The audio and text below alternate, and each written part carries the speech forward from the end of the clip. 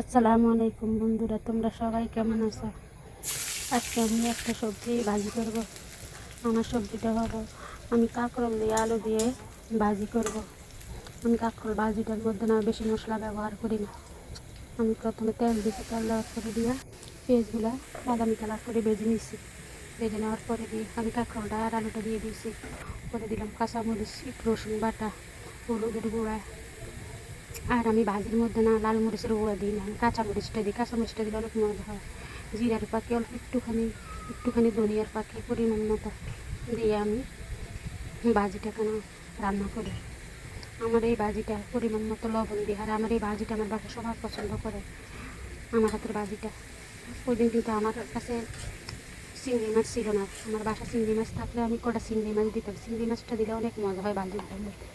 তোমরা সবাই আমার এই রেসিপিটা দেখবা। আমার রেসিপিটা কেমন হয়েছে তোমরা কমেন্ট করবা। সবাই ভালো থাকবা। আল্লাহ হাফেজ।